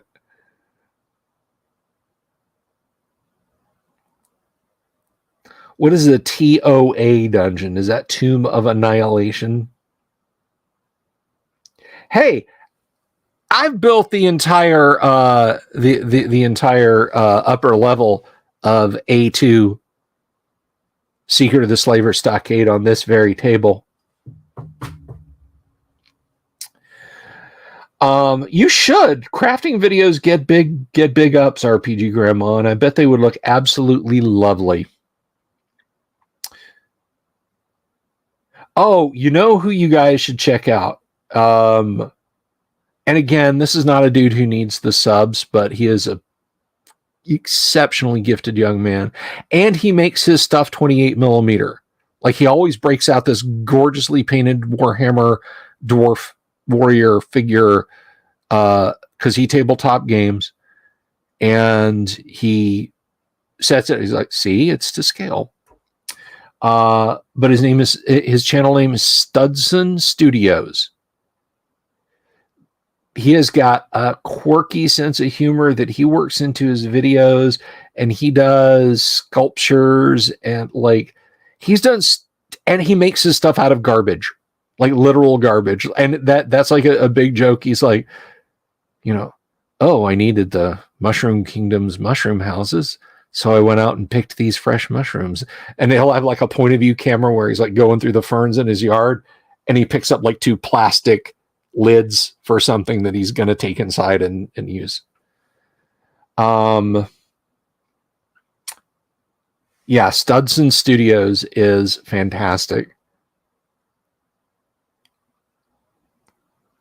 Yeah, I'm completely on the other end. 3D printer go brrr. That's my crafting ability right there. Just brrr. Woohoo! More dungeon. Toss it on the table. Brrr. That's it. That's the breadth and depth of my crafting ability. You guys have just heard it live on this channel. Yeah, his Howl's Moving Castle build was extraordinary. He did another one that the Kiki's Delivery Service, where there's this like house. It's like this haunted, but not in the sense like, devils and I'm going to hell and exorcist. Haunted house that this girl ends up working at.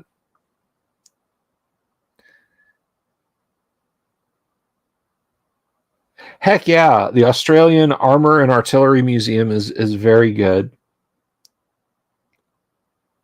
I saw one, and I don't know this guy's channel name, and I feel bad about that. He's in England. They bought a was it a Challenger 1 or was it a Chieftain? I think it was. They bought a Chieftain that was basically a giant paperweight. It was just parked somewhere, and the people that owned it filled it with cement, and they were like, "We want a running tank, though." So they took a jackhammer and jackhammered out the inside of the tank. Because what's a jackhammer going to do to a tank that's designed to resist 100 and 110 millimeter Soviet armor piercing rounds, right? So they jackhammered out the inside and cleaned it up and dropped a new engine in it and did all the stuff, and they have a new car, clean Chieftain tank.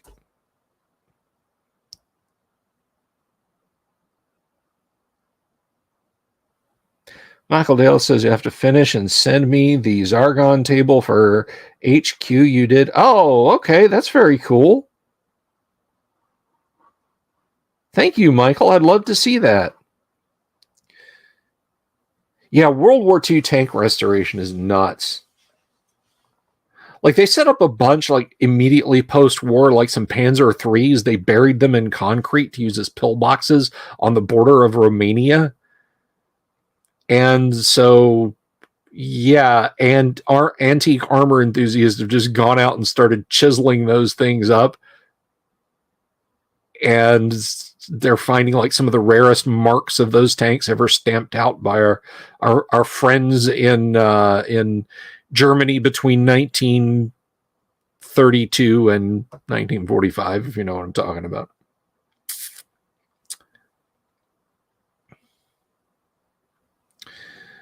Oh, I was going to mention something. Speaking of crafting, and we'll kind of wrap up with this. I've been working on one for Paul Stormberg for a while. I've been talking to you guys about this. I'm going to share some pictures of it. I 3D printed a lot of fixtures for the inside of a 28 millimeter build of the cathedral level of the Temple of Elemental Evil. I did all the pillars. I did a bunch of wall sculptures. I've done doors. Oh, Lord, have I done doors. I've done windows, all kinds of windows.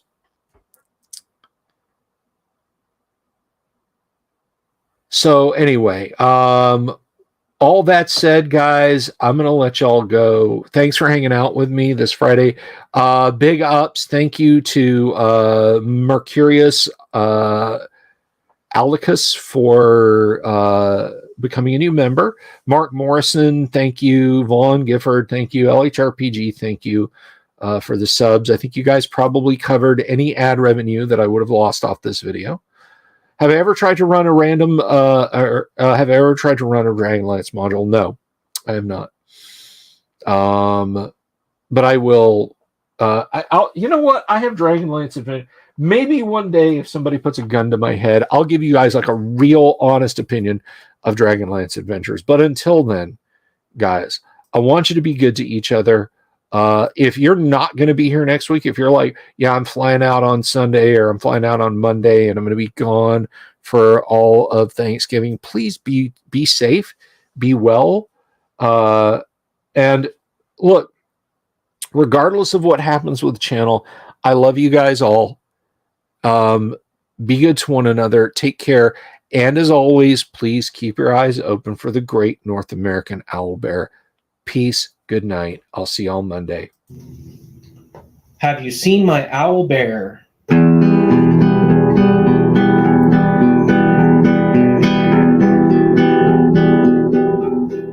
Here's to all the weirdos everywhere in the woods and in the air. Have you seen my owl bear?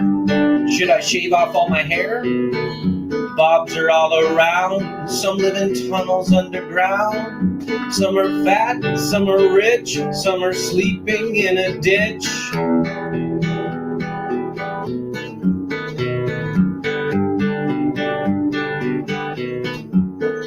Can you ride a crooked horse without a saddle way off course? Naked as a toad, all the way to Smoky Joe's. Have you seen the little creep driving fast in his little green Jeep? He smells like fish and brandy, but his rotten teeth look dandy. Take me to the show. I don't care if fast or slow. From action flicks to dancing dicks, just take me to the show.